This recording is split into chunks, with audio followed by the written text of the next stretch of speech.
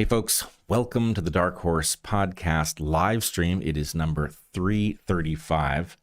I am Dr. Bret Weinstein. You are Dr. Heather Heining. It's a little wild that I even know all of those facts given everything that's going on. It is indeed. Do we want to start by saying something about that? Sure. So Heather and I are a little discombobulated. I should start this the way all things should be started. Everyone is going to be fine, but our son, Toby, had a rather spectacular motorcycle crash 2 nights ago. He was headed home from work on my bike because his car was disabled, had a flat tire, couldn't be driven on. So he was riding home. We are, all of us in the family, concerned at the moment about deer, which in the early summer and late spring, that's the wrong order of those things, but you know, in this season, there are a lot of naive deer who haven't learned the lessons of the road, and we have had many an incident. So Toby was thinking about deer and riding carefully, and one came out of nowhere with no warning.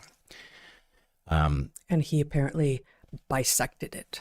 Yeah, the scene, the deer, it's hard to imagine how such a thing happens to a deer with a motorcycle. It's not an especially big bike. But in any case, he didn't hit his head or his neck or his spine, and he's going to recover, though he is quite injured and disabled for the moment. So bear with us. One silver lining that I feel strongly is that one of the first things he said, and he is persistent in saying it since the accident, is, "That's the last time I'm ever going to be on a motorcycle."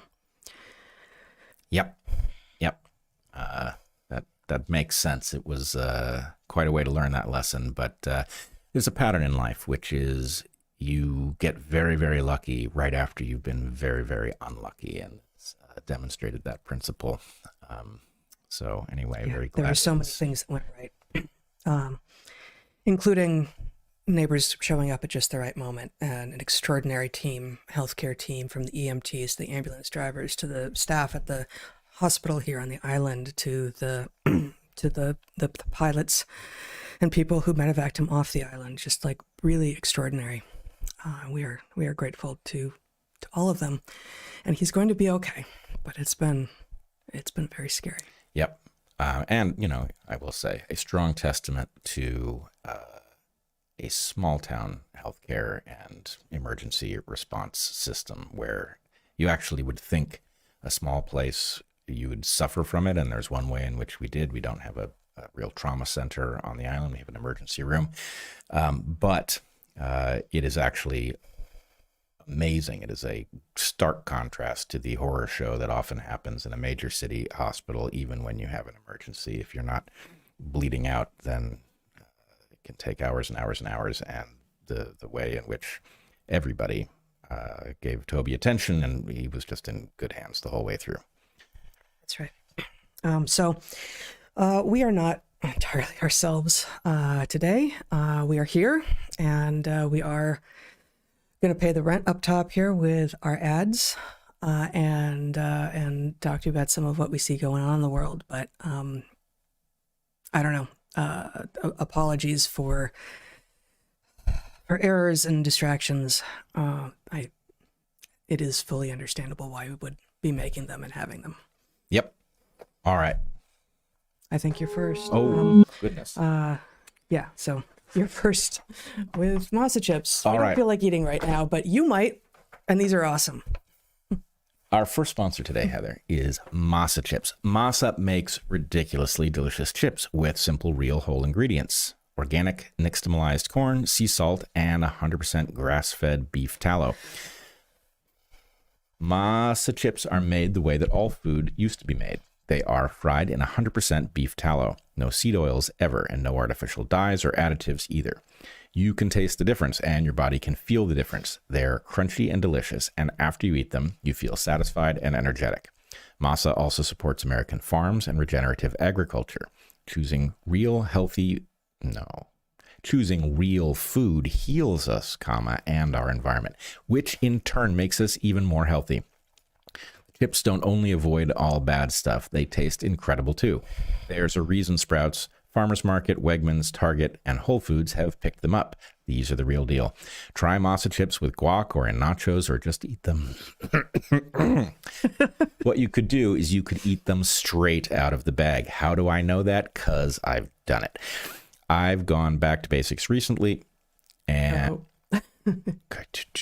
I've gone back to basics recently with their original chips, but every single flavor is amazing. They've got white corn chips and blue corn, hatch chili, habanero, lime, and churro with cinnamon, which is really spectacular and very surprising from a chip. They are all amazing. Ready to give Masa a try? Go to masachips.com/darkhorse and use the code darkhorse for 25% off your first order. One thing to know, because Masa uses real ingredients and makes everything in small batches, certain flavors go out of stock regularly.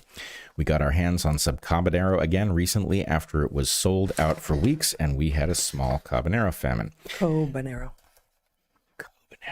Mm-hmm. Apparently it's pronounced habanero. I don't know how you would know that. It seems like liberty involves because it has habanero chili in it.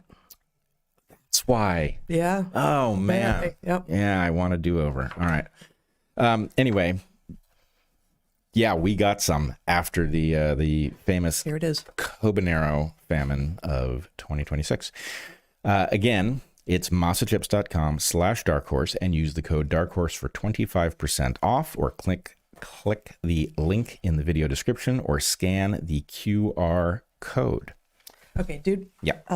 I've never really spent any time looking at the back of a bag of these chips because one just rips into them fast and I eats have, them. but surprise me. Yeah, this is going to surprise you because you didn't know it was habanero. Grown near Copan, Guatemala, where we have been, I believe. No, we've been in Copan. Yeah. In Honduras. Yeah. I don't know where the Copan monkey is. capital of the very southern edge of the Mayan Empire. Yes.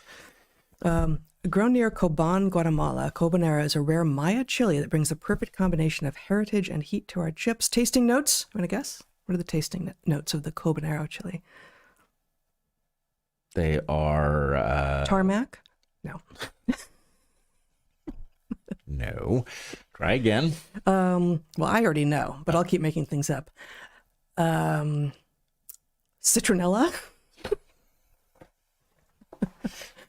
Shall I keep going? Yeah, but Okay. you could get to the real list. Really new tobacco as opposed to old tobacco? Okay, you were supposed to guess. Why was that even necessary if you're just going to riff? Tasting notes: papaya, roasted corn, and fire. Actually, Yeah, I can see all three of those. Exactly. So really good chips, really great company. Buy them. All right. Our second sponsor this week, that says first. That's definitely our second sponsor, though, is new to us. It's American Financing. High prices are here to stay. Gas and groceries, insurance and utilities. Everything costs more than it used to. If you're a homeowner who has credit card debt, and you may have apologies, guys. American Financing tells us this, and it's true. High prices are here to stay. Gas and groceries, insurance and utilities. Everything costs more than it used to. If you're a homeowner who has credit card debt, you may have asked yourself if you should refinance your home to pay off that other debt. It's a hard moment to make that decision because your current mortgage rate is probably low compared to today's rates. But that low rate, it's not saving you if you're also paying credit card interest at 25% or more. If you're only making minimum payments on your credit cards, that debt will follow you for years. American Financing is saving customers an average of $800 a month by using their equity to finally break free from credit card debt. There are no upfront fees, and there's no pressure, no hard sell with American Financing. It costs you nothing to find out what you could save every month, and if you start today, you may be able to delay 2 mortgage payments. Owned by a family in Colorado, American Financing is known for its salary-based mortgage consultants, custom loan programs, and faster-than-industry average closings. We interacted with them a few months ago, and they were great to work with. Call American Financing, 866-886-5350. That's 866-886-5350, or americanfinancing.net/darkhorse. Our final sponsor today is SaunaSpace, which makes amazing saunas and therapeutic lights. SaunaSpace combines near-infrared, red light therapy, and deep radiant heat for whole-body results at home. They don't make harsh LED panels or giant wooden boxes. SaunaSpace has developed a proprietary sun-like firelight spectrum that's flicker-free, glare-free, and comfortable to use, with long-life incandescent bulbs that stay consistent for more than 5 years. I think I've had mine, the one for my glow, for over 3 at this point, and it's going strong. There's no signs of wear or tear, which you wouldn't really expect in a bulb. It's really an amazingly designed object. Yeah. You can tell that aesthetically they cared a great deal, and they spared nothing on the materials and the craftsmanship. The fit and finish, as you sometimes say. Yeah, the fit and finish is awfully good. Yeah. The sauna and red light therapy markets are a mess, full of claims that seem designed to obscure rather than heal. The only product I have found that clearly lives up to its scientific and health claims is SaunaSpace. SaunaSpace has 2 flagship products, the Glow and the Firelight Sauna. The Glow is a single large light that can alleviate screen fatigue and the ill effects of blue light. You use it at night as your only light source, which I often do, anytime as spot relief for tight muscles or just to help with skin, mood, or energy. SaunaSpace's Firelight Sauna is a full-body sauna that promotes sweat while also providing red light and near-infrared therapy. From deep detox to pain relief to better sleep, this sauna is amazing. No preheat necessary, and sessions are shorter than with traditional saunas. You're sweating in minutes. The Firelight is a beautiful canvas sauna that fits in a spare room or corner. All SaunaSpace products are built with integrity and handmade in Missouri with organic cotton, bamboo, sustainable unfinished basswood, and medical-grade stainless steel. No toxic glues or plastics, and no off-gassing. The grounding mat and optional silver lining upgrade blocks environmental EMFs like Wi-Fi to enhance healing. And you get a 100-day home trial and outstanding customer care. Take your wellness to the next Take your wellness to the next level with SaunaSpace. Will your wellness to the next level. Will your wellness to the next level with SaunaSpace. It's the CTA, though. We're not allowed to do that. We can't even exchange phonemes. I take it back. It was a freelance ad lib insertion, but you'll say all the things you got to say. Yeah, I totally will. Take your wellness to the next level with SaunaSpace. Dark Horse listeners can get an exclusive 10% off site-wide when you shop at sauna.space/darkhorse. That's sauna.space/darkhorse. Discount will be automatically applied at checkout.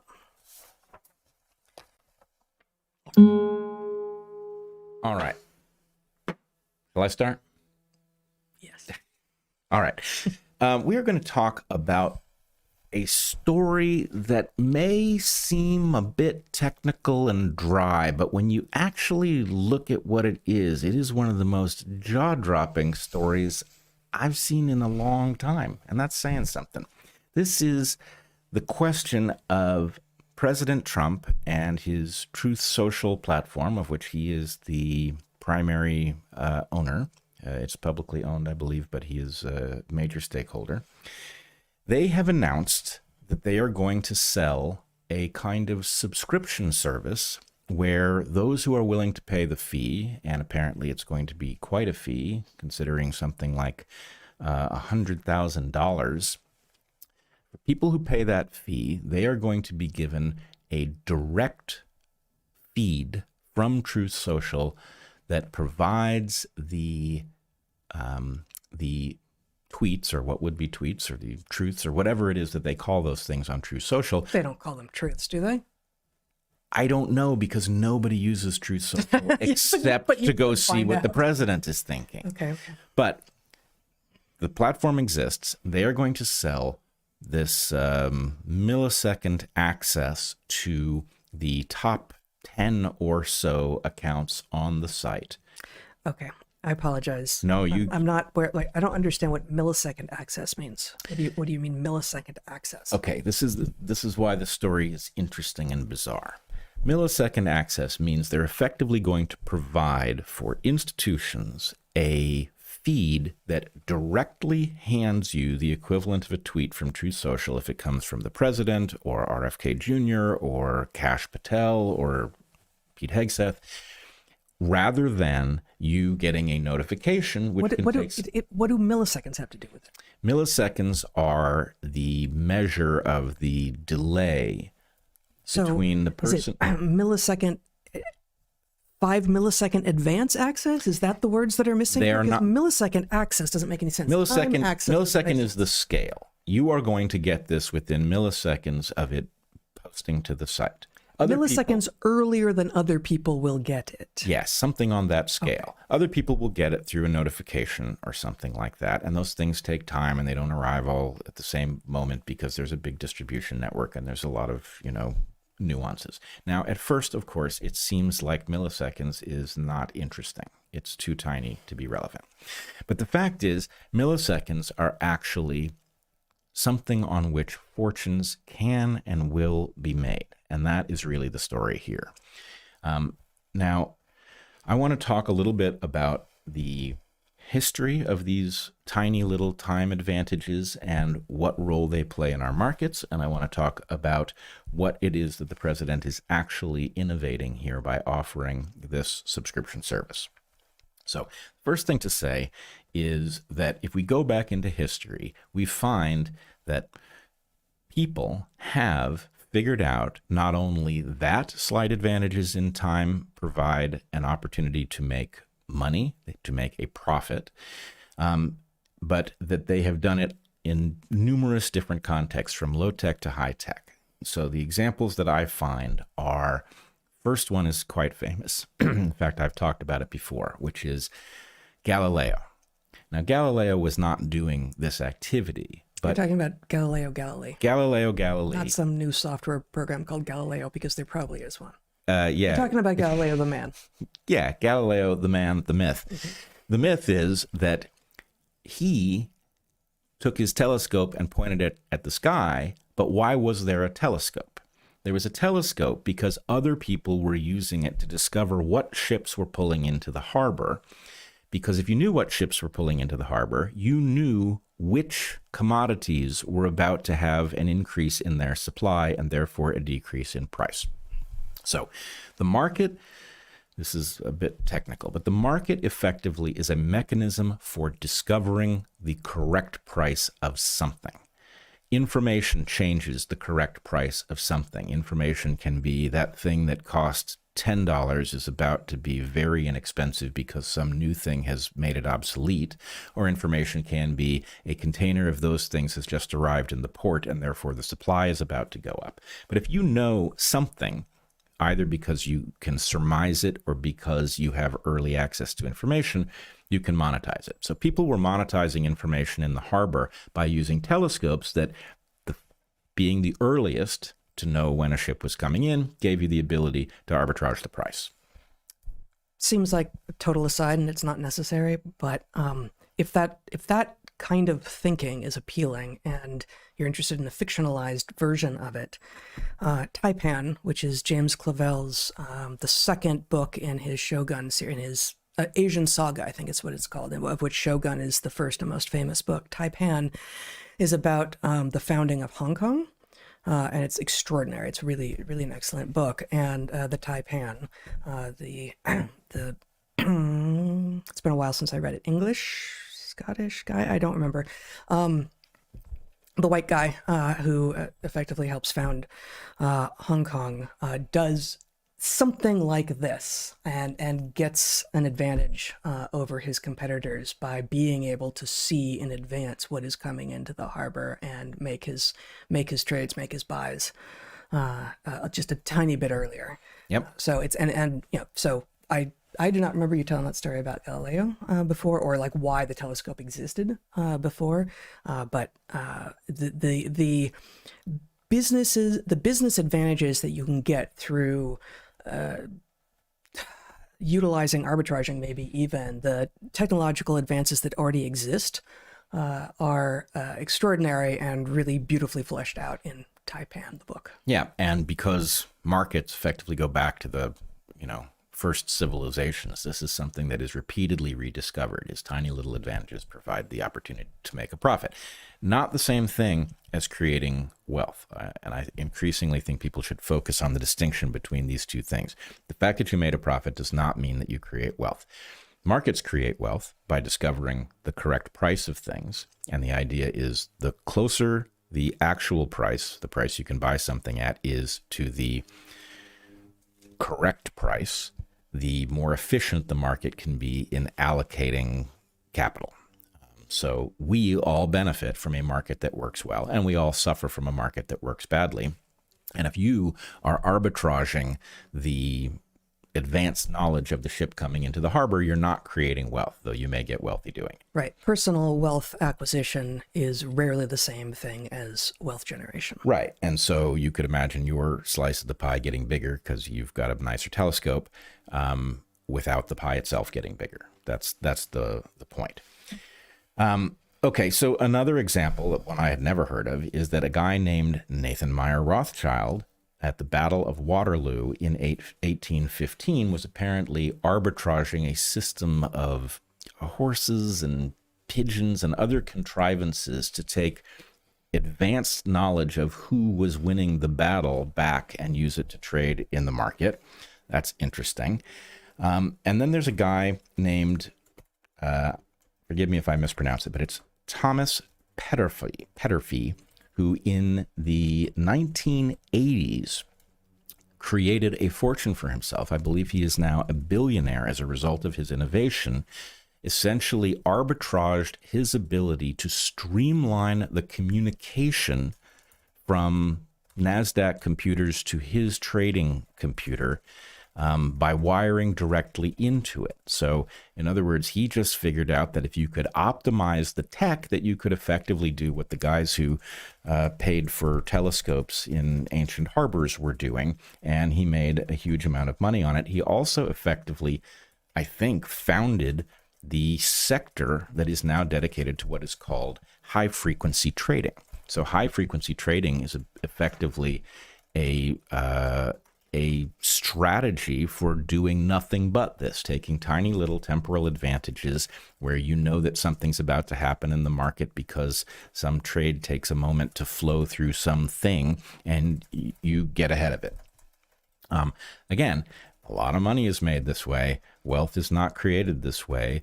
There's a clear question as to whether or not we should prevent such profits from being made by, for example, processing trades in big batches that neutralize the tiny little ebb and flow that people are profiting off of.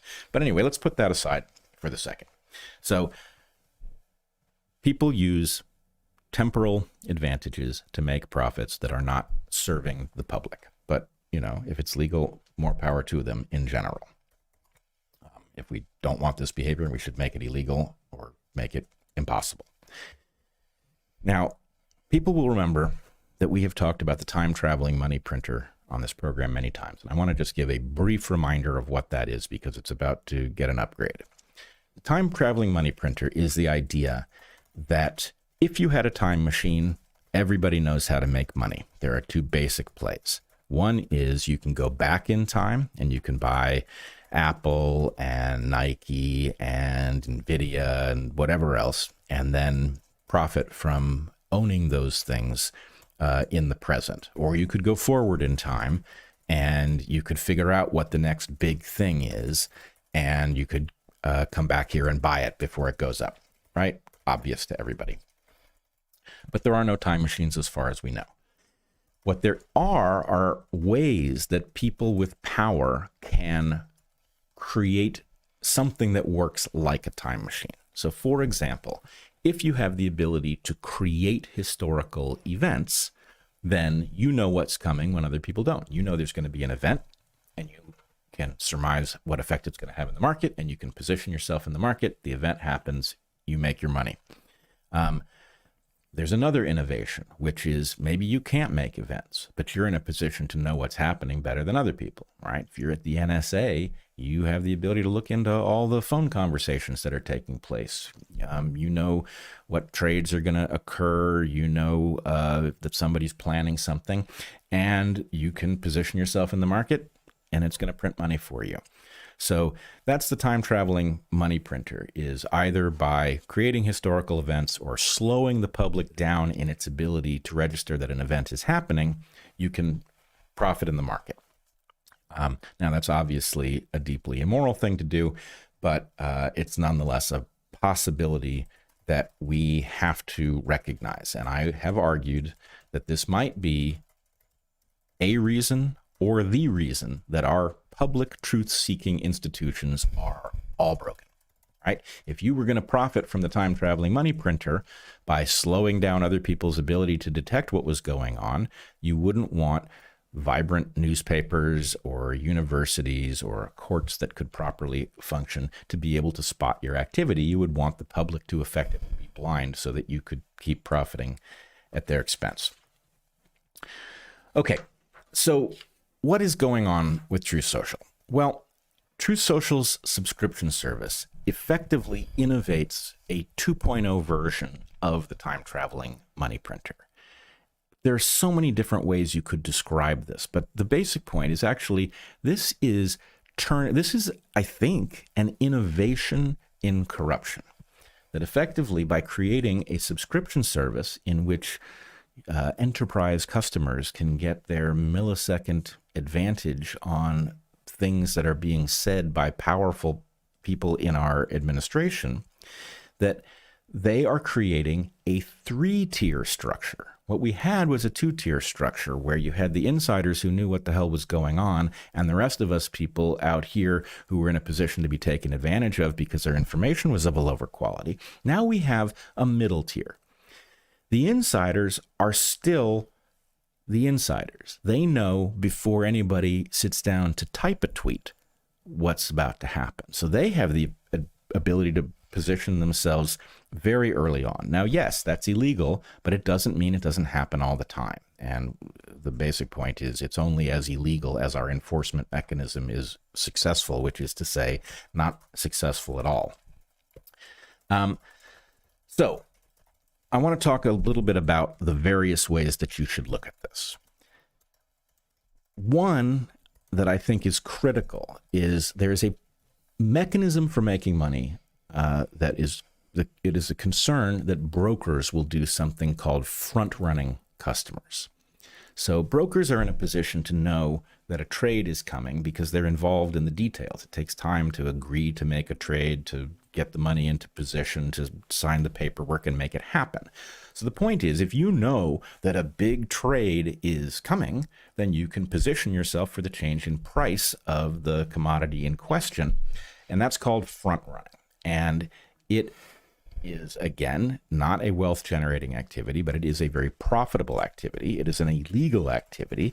But if you're sophisticated about it, it can be cloaked. In other words, people buy things all the time for different reasons. And sometimes those things go up for the reasons that they thought they were going to go up. And sometimes they go up for a different reason and they make a profit even though it was a lucky guess. So it's very hard to ferret these things out. And so front running is a real issue with just regular brokerage. But here with this Truth Social millisecond elite service subscription, whatever it is, you're charging people who want that advantage a fee, and you are effectively front running the public with these elite customers. In other words, you're not the insider who's making the event or knows that the event's going to happen because it's just naturally happening. But what you're doing is you're creating, hey, you want to be an insider? Well, we can't exactly do that for you, but you can be a lot more inside than those guys out there who have no idea what's coming and can't pony up $100,000 to sign up for this service, nor would they have the architecture to leverage the information if they had a millisecond advantage, right? Is that the fee? That I think they're considering that as the fee. Now, my guess So this isn't live yet. August 1st is apparently when this goes live. So, and, there's also the question of, well, if this scheme works, if this does not get shut down by federal authorities, and they have their job cut out for them if they even want to shut this down because this is novel. And so the point is, a tweet is public information. At what point is it public information, right? If it's been written but not yet out, is it public? Presumably not, but the point is the person hit send, maybe it's public now, and you get a little advantage because you got it before the people who had to wait for, mortal notifications. But effectively, it's not public, even if legally speaking, it lives in a gray area. So it's going to be very hard to do anything about that. What's more, and this is a little bit tougher to puzzle out, I spent some time thinking about it this morning, and my sense is that the true insiders, the one who know that the event is coming before they sit down to write the tweet, their corruption is going to be masked by the wave of elite customers who pile on to these things before anybody's ever read it. I mean, the point is, these advantages aren't long enough for you to read the tweet and know what's supposed to be traded. Your AI is going to read the tweet like that, and you're gonna have a fancy AI with a huge amount of computing power that can read faster than other people's AIs. It's going to spot what commodity is supposed to go this way and that way. This basically destroys the ability of the market to find a correct price because of the greater fool principle. So the greater fool principle, which I did some digging, I cannot find the original source of that term, and it's possible that nobody knows what the original source of the term is. But the greater fool principle is the idea that it doesn't matter that the price that you pay for something is too high. What matters is that there's somebody who knows less than you to whom you can sell it for even more, right? So the point is, this isn't, you can say I'm dumb for buying, Apple at this price, but if I can sell it for a higher price, I'm not dumb, even if Apple is overvalued. So the greater fool principle, think about how that works in the context of this Truth Social madness. What you've got is a guarantee that when, the person hits send, the enterprise customers get their, information, the market is guaranteed to leap at that information because you've got all of these people who there's no human in the chain. It's going to be automated. So it's going to leap. And the ability to detect those leaps, if you can get in ahead of the person who's just a little bit slower than you, then you can ride whatever bubble the thing creates. A person could put out on Truth Social, it has to be one of these fancy accounts, but if they put out pure gobbledygook that suggests that, oil is about to collapse because the unicorns are in heat, right? Are they again so soon?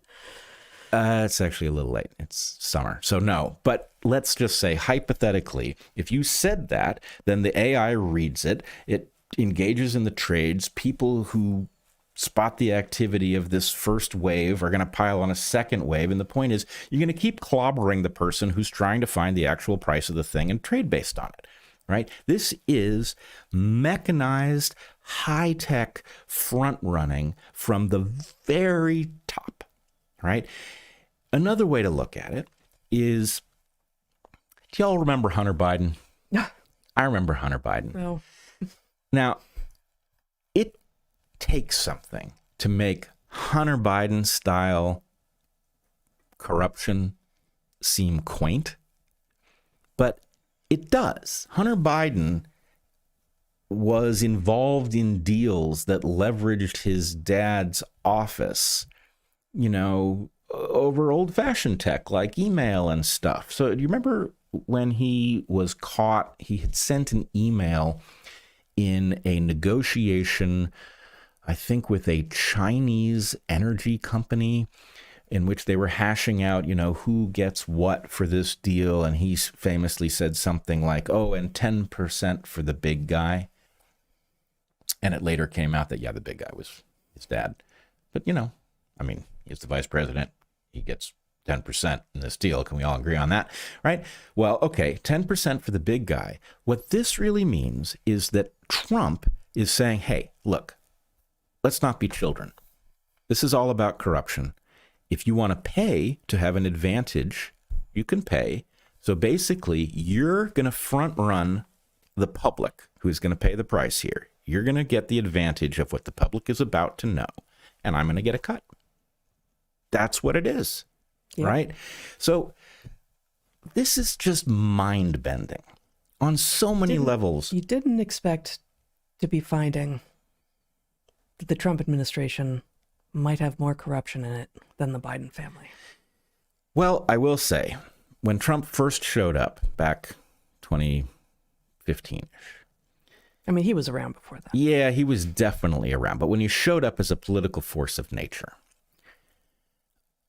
and people were responding very positively to him, and lots of people were scratching their heads over that, I did say You know, I think part of what's happening is people are so sick and tired of the crime families that have had their foot on the neck of the public forever that it's a relief to watch somebody kicking their ass. And Trump was kicking both their asses, the Democrats and the Republicans. He decapitated the Republican Party and took it over, and he kicked the ass of the Democratic Party, and people were like, hell yeah. And you can imagine, right? Your neighborhood has been run by some corrupt family that, you know, is raping and pillaging and running extortion rackets, and somebody else comes in and starts, bloodying them up. And it's like, it's about fucking time. But it did feel like a new crime family. Yeah. And obviously I didn't campaign for Trump, but I certainly advocated for him in the run up to the recent presidential election. Only in 2024. Yeah. But, I wanted him to be elected. And at this point, I still don't know what I was supposed to do because the other side ran an attack on the Constitution, effectively, a non-president. Right. And so, one of my arguments for Trump was, hey, at least if you elect this guy, he is responsible. You can haul him in front of Congress. You can make him answer questions. He can be prosecuted if he does bad stuff. So I still think that was an argument for him. Absolutely. But I agree. My God, the brazenness of this is absolutely unbelievable. I mean, the guy has balls the size of Pluto, so not technically a planet, but still really big balls to do something this brazen. It's amazing. Yeah. Does not being a man and never therefore having been in possession of balls, but do men actually crave balls the size of planets? Or would things that are not planets but still astronomical in scope be sufficient? All right. 2 points. 1, I cannot speak for men. No. 2, really? I do not speak for men. I speak for me. As a man, no. I wouldn't think. I mean, because we saw that one deer that one time. He kept coming through our yard with really clearly he had something going on with him, but he had balls that were almost dragging on the ground, and that did not look good. He had a pathology. The unfortunate thing for our audience is that I did get a picture of that deer. Well, you do not have access to it right now, though. No, but you do not. I could give it to Jen, and you will not be able to find it. I can find it. I sent it to Joe Rogan to ask if he knew what the hell was going on with this deer. I can find this. As I remember, his response was something like, "Oh, dude, that deer's in trouble." Yeah, I think that deer made it, actually. But well, at the moment, though, it wasn't a terminal diagnosis on Joe's part. It was more like that can't be comfortable. Yeah, that's not good. Oh, it was not. It clearly not comfortable. So anyway, the balls the size of Pluto does not necessarily sound like a desired state of being. I have to say, okay. I think I don't understand other people a lot of the time. Sure. If we're being honest, that is true for all of us. Yes.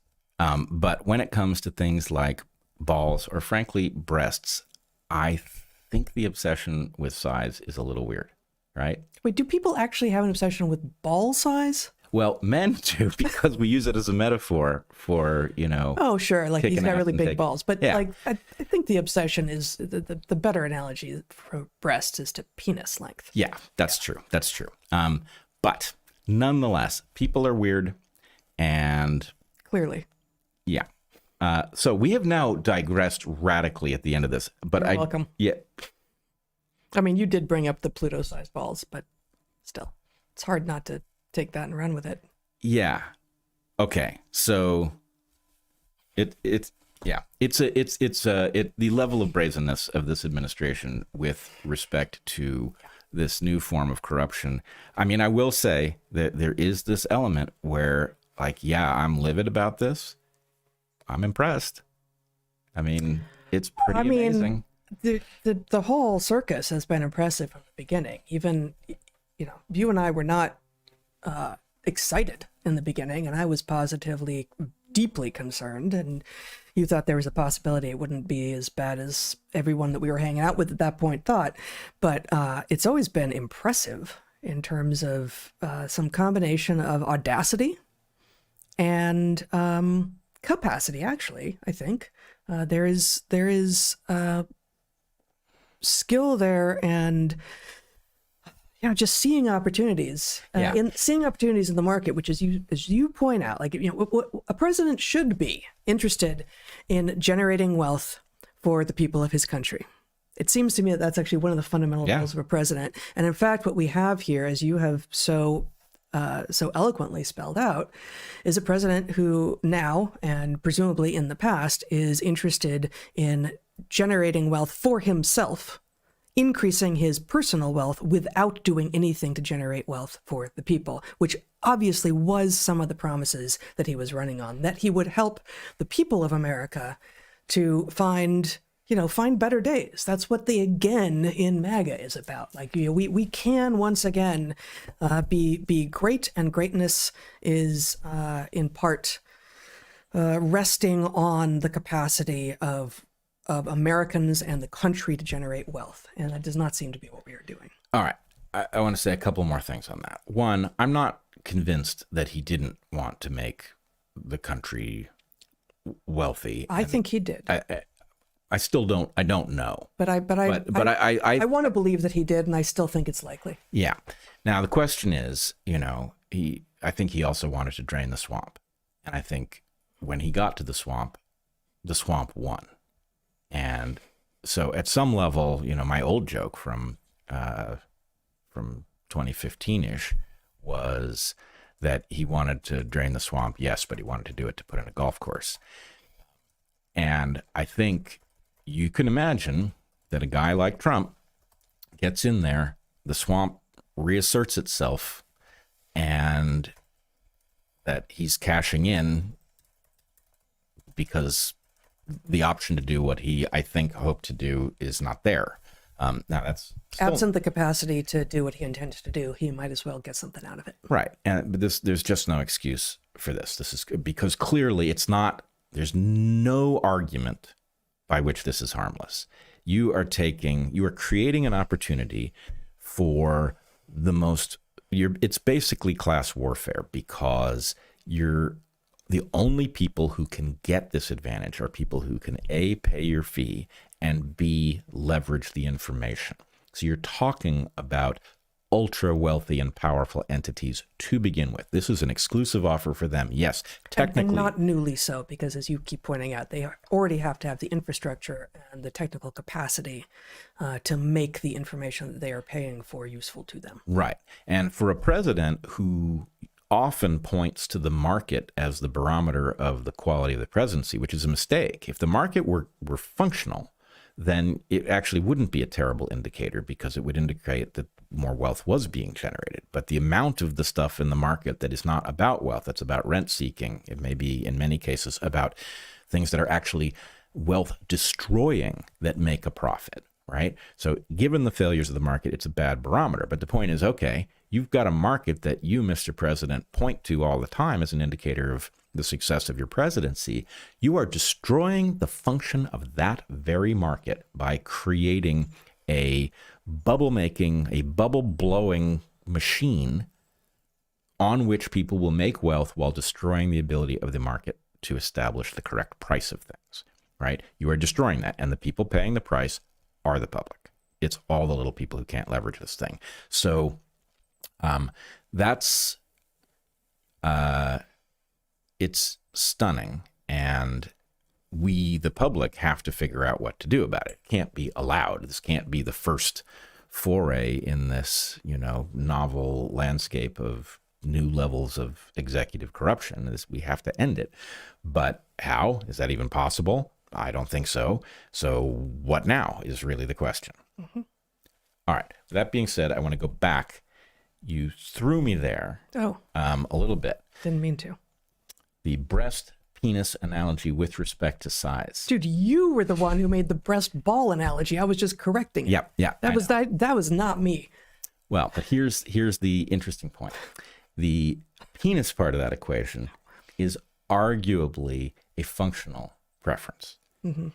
The breast part, I've never seen to a point, bigger breasts indicate greater fertility, but only to a point, which then raises a question about male preference.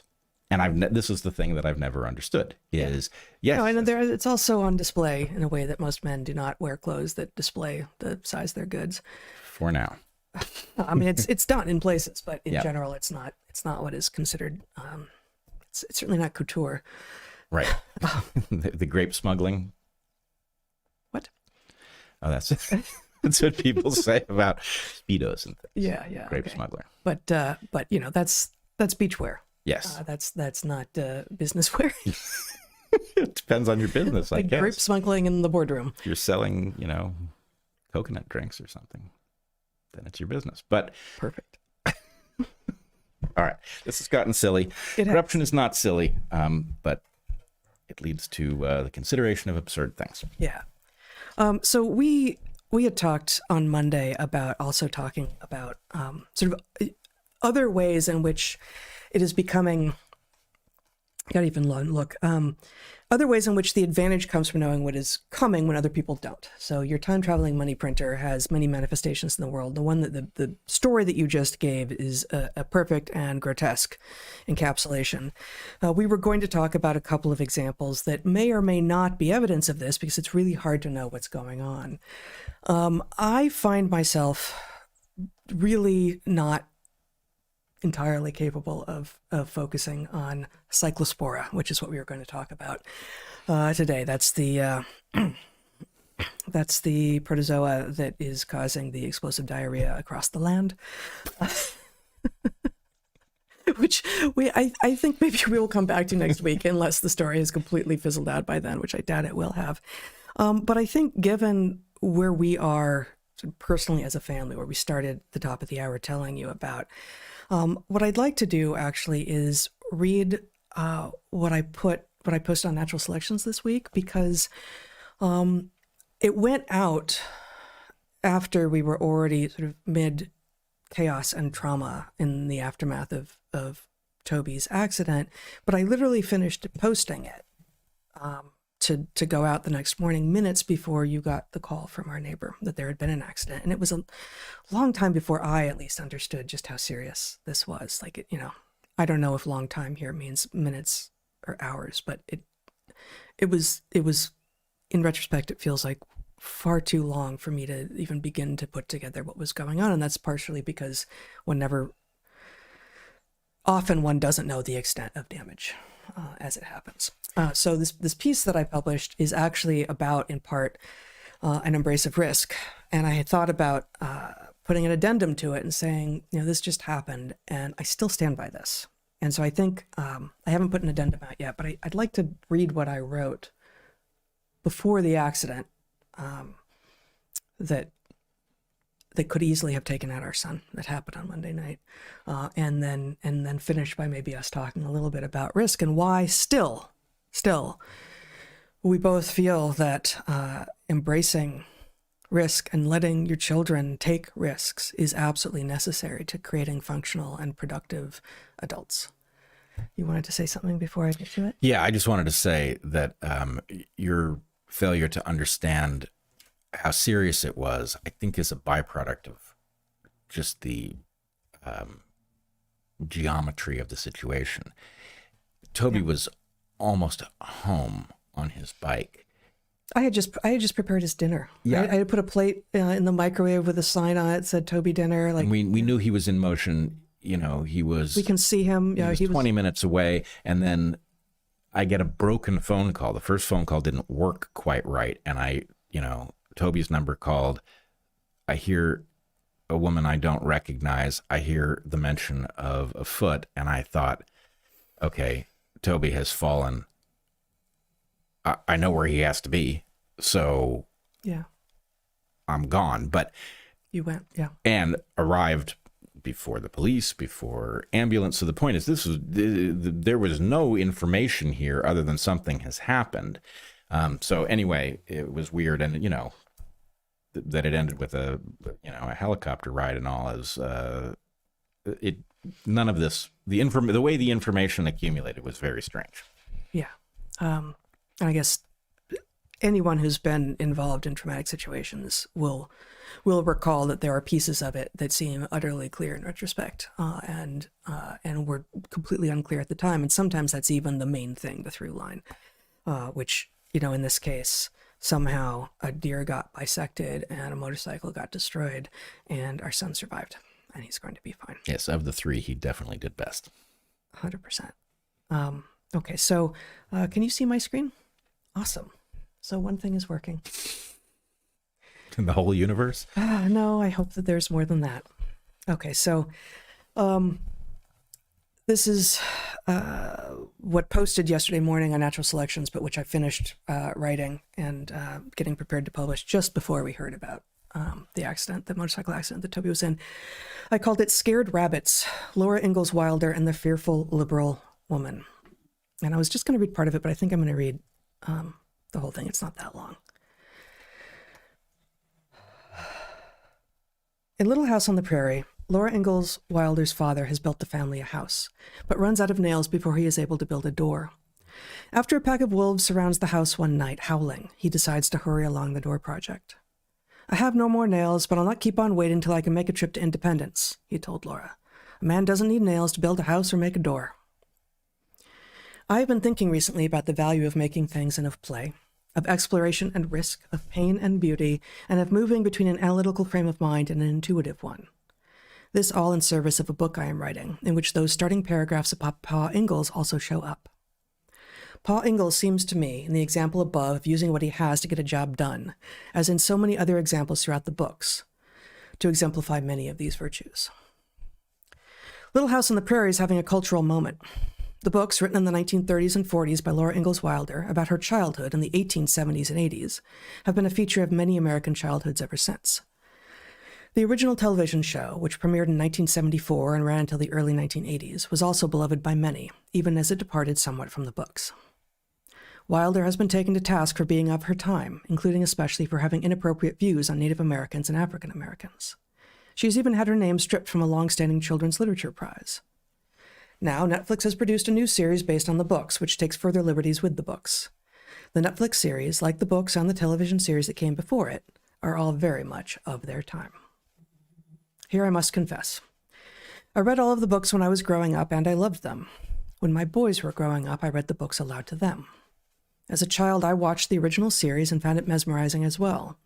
I've even read Confessions of a Prairie Bitch by Alison Arngrim, who played the mean girl Nellie Olson in the original series. It's a fun book, too. She's a good person. I'm glad to hear that, actually. Yeah. I have not seen any of the new Netflix series. I have, however, read 2 reviews of it. This piece, the piece that you are currently reading, is a kind of review of those reviews, rather than a review of the show that they are reviewing. These reviews, like the books and both of the shows, are also very much of their time. The first was published in New York Magazine on July 10th, the day after the Netflix series first aired. The second was published in the New York Times about a week later. From the reviews, I have learned that the new Netflix series cannot abide politically incorrect views on race, and therefore elevates people of color to positions they did not have in the original books. Laura Ingalls Wilder has been accused more than once of putting a gloss on the treatment of Indians in particular, and she was writing many decades after she lived the experiences she was writing about. So there may well have been some sweeping of inconvenient or even awful activities and memories under the rug. Or perhaps the relationship of white settlers to the Native Americans whom they were patently replacing was fraught, and did move between vague unease and real hostility. Friendly encounters surely occurred, but they may well have been rare. Certainly Laura and her family did not have the relationship with Native Americans that modern white readers like to imagine that they would have had. The revisionist history apparently on display in the Netflix series helps nobody. Pretending that good people have always believed what the good people of today believe is arrogant, simplistic, and stupid. That is not what troubled me in these reviews, however.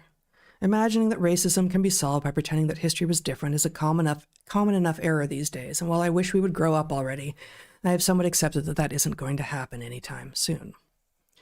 No, the thing that really got to me in these reviews were the attacks on the character of Pa Ingalls. Both reviews question Pa Ingalls' responsibility towards his family. Among other things, they wonder why he kept moving, why the family was always being taken to new places. Both reviews seem to have never considered what a man is, what a frontier is, and what the intersection of the two looks and acts like. In New York Magazine, the author of the review remembers fondly how disturbed her own mother was at Pa Ingalls' behavior when she was reading the books to her children. Quote, "Why on earth did they decide to homestead so far from everything else? What possessed Pa to keep moving them with all these little kids and no assurance he'd be able to feed them?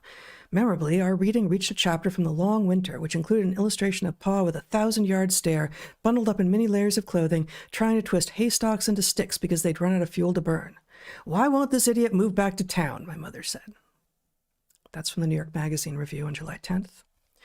A week later in the New York Times, the different author of that review is similarly troubled by Pa Ingalls. Quote, reading the books again as an adult, however, can sometimes feel like reading a horror novel. The family frequently lived in destitution.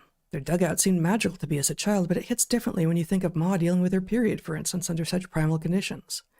There are other, more troubling questions that nag at the reader. Why is Charles Ingalls dragging his family from place to place exactly? Did they really want to go? That's from the New York Times, July 18th. A horror novel? We have become such a pampered, timid people. Or no, that's not quite right. Our culture is being shaped by pampered, timid people. We have apparently forgotten that exploration, discovery, and a deep yearning for the unknown is how we have arrived nearly everywhere that we have gotten.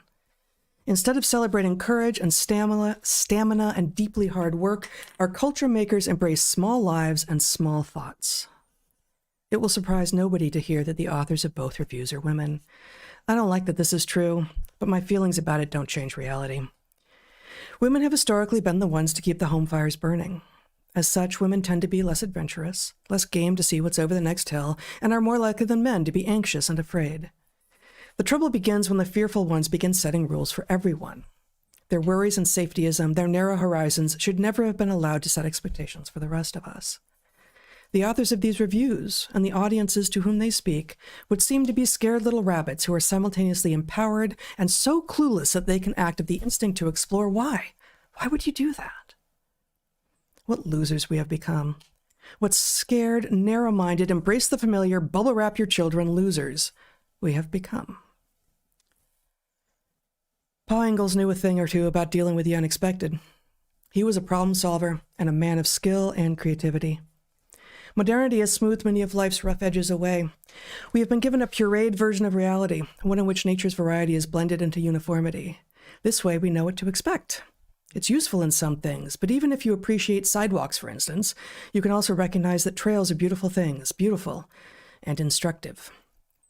We should not default to uniformity, for down that path lies loss.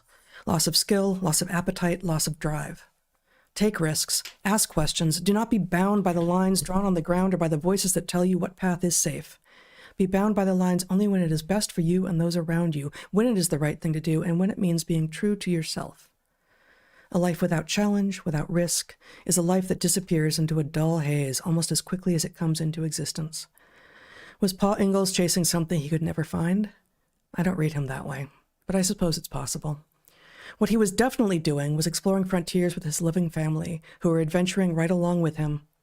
Every single one of us comes from a long line of explorers, people who took risks and through a combination of skill and luck found a path that worked. We would all do well to follow our courage, not our fears. So that's a little hard to read 36 hours after our son almost died on a motorcycle. But I would not change his adventurous, generous, charismatic, risk-taking spirit. If we had bubble wrapped him, if we had told him to live a life of fear, or simply demonstrated to him that that was the way that we lived and that that was therefore how it is to live, this wouldn't have happened to him last 2 nights ago. But he would also not be the young man that he is, the man that he is becoming. He is smart and beautiful and beloved and so capable of so many things. I cannot imagine losing him. I'm still trembling from the thought. I do think he's out of the woods now. I do think he is safe. It's going to be a while for him to be whole again, but I think he's going to be okay.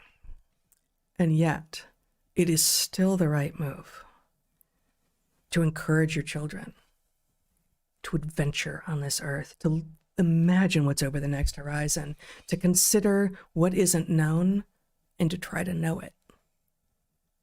Far better than the alternative, actually. Yeah, that is a beautiful piece. It goes to many deep places, and yeah, it's a particularly interesting moment to have to confront that. But you know, we have said, I believe we say in the book, that it is impossible to raise a child properly without exposing them to the risk that you will lose them. Yes, we do. We absolutely say that in Hunter-Gatherer's Guide. And the reason for that is because if you are going to be an adult who is capable of managing risk, it is because you will have encountered risk. And if it always goes well, then that's not enough risk. So the point is, it has to go wrong some fraction of the time in order for you to understand many things. You know, how if you're going to crash, how do you crash to minimize the harm, right? We don't spend enough time training. Driver's training involves how not to crash. It doesn't involve how to crash, though it clearly should. If you're a pilot, it sure does. But, so I've never come up with the right substitute term, but the term I use is the theory of close calls, that basically close calls exist in like a normal distribution from trivial to, catastrophic. And most of your close calls are somewhere in the middle, but it is by watching them populate, the dots show up on the graph, that you come to understand what the risks in life are like, what the risks in the activity you've chosen are like, and therefore how to manage them. If you're having a bunch of, near-death experiences in which you're not injured, the lesson is not that you are doing something right. The lesson is that can only go on so long before the dice are going to come up wrong for you. Yeah. What tends to follow the injunction to hold my beer is often not smart adventuring, not smart risk-taking. It's buffoonery. Right. That's not what we're advocating for. Right. At all. So, the people you admire, and specifically the men you admire, are ones that correctly understand the risks. They don't lie to themselves about them. It's not, untutored bravado. It's insight. And the thing that I want to get back to, though, is you point to this mindset, like, well, why didn't Pa just go back to town where it was safe? As if that's even an option. Right. They failed to understand everything about the moment these people were living in. But it's like, you in one sentence, how do you tell me that your education was a total failure and that you don't know anything, right? Because, okay, town. Yeah. How did town become town? Well, some pioneer went out on a frontier and established a thing, and then people gathered there because the spring was good or the hills protected you from enemies or whatever. But the point is, there's a town there because there wasn't one and somebody started one who by definition did the thing you're telling Pa not to do. And what's more, it's not just a human thing either. Yes, one of the other things in our book that is very important for people to understand is that life proceeds by finding frontiers, and that those frontiers are an indication of great potential profit at risk. You can't separate those things. That's what the market is. Risk versus reward. If there isn't much risk, there won't be much reward. That's a part of the emergent feature of nature. And so you are effectively looking at 3.5 billion years of evolution that produced the miracle that is you, and asking, well, wasn't there a lot of risk involved there? Why'd you all do it? And it's like, well, stop it. You don't speak for humanity. Nobody's inviting you to the frontier because you'd be useless and you'd be a hazard. But don't tell other people don't go to the frontier, and don't mock them if it goes wrong. People who go to the frontier, understanding that there is risk, don't always do okay. But the ones that do are the ones that make history. And so did you spot none of that in questioning what a truly brave, obviously compassionate family man was doing on the frontier? Did you really not spot it? Was this just about figuring out what you were going to say that was going to make the girls at the cocktail party laugh? Like, it's insane. It's totally insane. And it is, I remember, I've told you this before, but I remember an argument I had with a friend in 8th grade. So this would have been the early 80s, and the space program was not what it had been, but seemed to be in full swing. And she was just going off on what a waste of time and resources the space program was, when there were problems to be solved here on Earth that we already knew about. And in that moment, I feel like, obviously memory is tricky, but I had an argument with her. But I remember thinking, my God, this is going to be a difference of opinion that proves to be monumental across society. I cannot imagine having in my head that we cannot explore until all local problems are considered solved. I cannot imagine thinking that. What a timid, scared, frankly, loser mindset that is. Oh. And it is, unfortunately, much more common among girls and women than it is among boys and men. And yet, because we have this rise of toxic femininity, because we've already mostly, not entirely, of course, but mostly tackled the toxic masculinity because it's overt and it's easy to legislate against and it's easy to punish because law and order takes on toxic masculinity. Toxic femininity is covert. Excuse me. And so it's taking over. And it's taking over among men too, where it's even less appealing. But these scared loser rabbit women who would have you only focus on the local. Excuse me. Only focus on the local. Never think outside what you can see. Never imagine the unknown. Never explore beyond your backyard. They have been allowed to control the cultural narrative, and they are raising a whole generation of children, and we see it. We are seeing it. It's been too comfortable for too long, and these people, what did you say about that sentence? Tell me in one sentence that your education failed you. Completely failed, and you know nothing. And you know nothing. And I'd add one piece to that, and you should never be in charge of setting a cultural, I don't even know what the noun should be, of setting an agenda. You should never be in charge of setting an agenda for anyone. It's not yours to do, and you are a danger to all of us. And that's strange because you're speaking in the name of safety. But when all you do is think narrowly and in terms of very, very restricted versions of what safety might mean, you risk destroying absolutely everything that you are relying on. Yeah, actually, literally, and I should leave it where you left it because that's beautiful, but you raise such a good point. If you prevent us from exploring until all the local problems are solved, you are literally closing up shop for all future innovation because the local problems will never be all solved. They can't be, right? That's a systems level conclusion. You can state it with 100% certainty. Right. They won't all be solved. So you have to have a portfolio. How much are you allocating to, improving what's here, and how much are you allocating to find what's next? That's the only reasonable way to approach things. And if you'll permit me, I think there's one story that's necessary here. Okay. On our study abroad in Ecuador, there were 3 incidents in which people were almost killed. It was a beautifully planned trip, but the dice went bad for us multiple times. Yep. One young woman who we have talked about before, Odette, was in 2 of the 3 near-death experiences. She was in the boat that Heather was on, where Heather got so badly torn up in Galapagos as the boat capsized in heavy surf. And then a few weeks later, she was studying with a research partner at a field station in Ecuador, and the 2 of them had gone to town. Her partner was Rachel, I should just mention that. And they had gone to town to use internet and take a break from the field. And while they were in Pedernales, Ecuador, a terrible earthquake struck, and they were on the 2nd floor of their hotel, a 5-story unreinforced masonry building, which collapsed on top of them. I think there were something like 100 people in the hotel. I believe the 2 of them were the only ones who survived.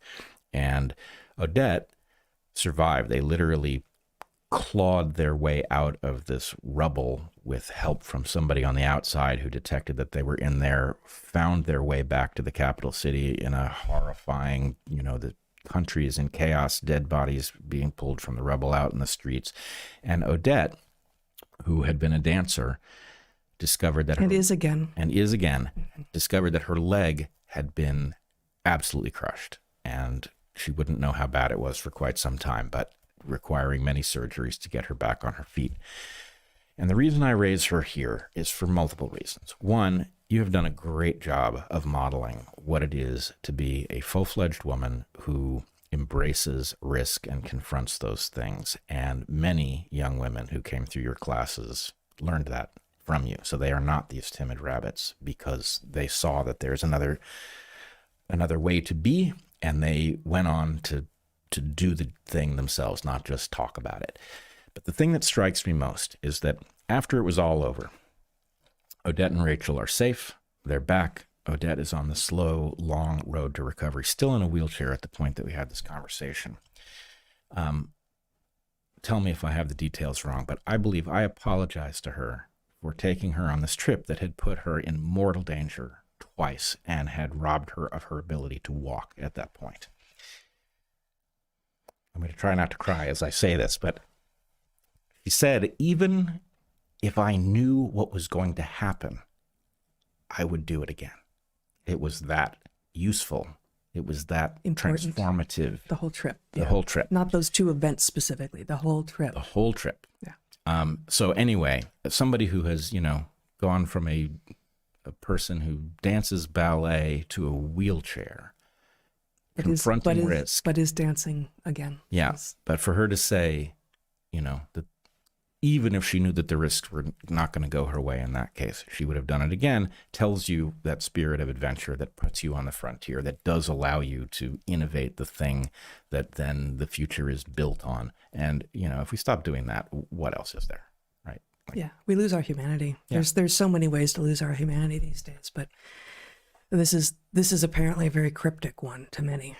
And somehow people some consider it their right to tell us to stop taking risks and adventure and explore and look for new things, because it feels like safety isn't a concern for your safety feels like it's not bad advice.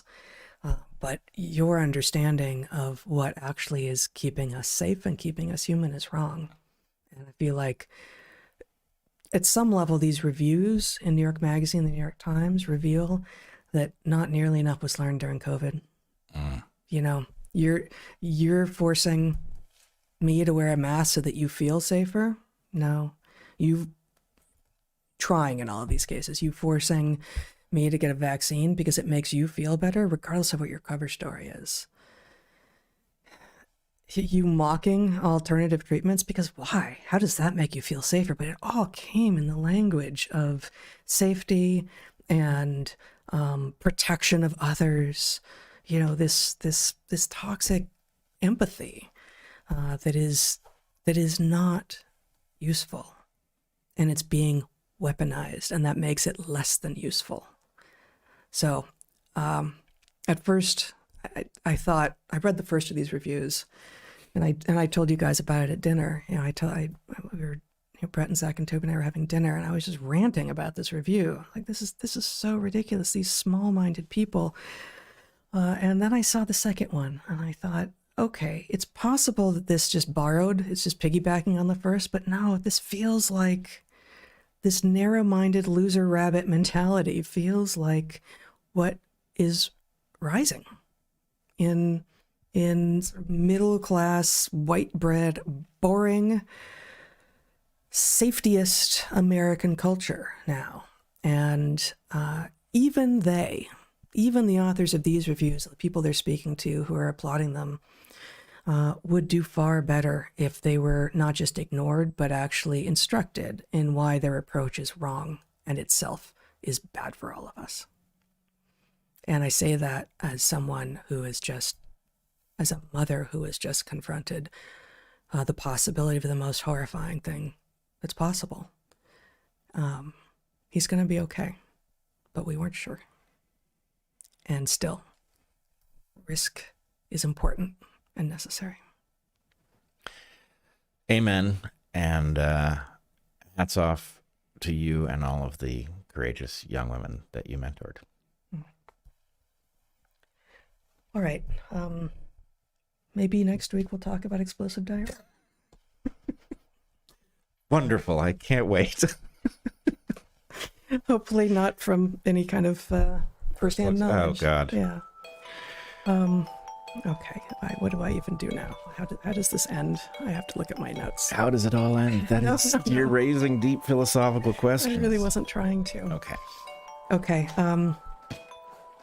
Those aren't even the sponsors this week. Yeah, I'm not. Totally Oh, with it was Masa Chips and American Financing and SaunaSpace. All terrific. Check them out if you're interested in, Masa Chips, American Financing, or SaunaSpace. I can't even improvise at this point. There is no reason you can't use all three of those things at once. I don't think you want to eat in your sauna. I mean, you can use the glow light. Yeah. Yeah, be on the phone with American Financing while using your glow light and chomp Your on feet are some nice and warm. You're having some Cobanero.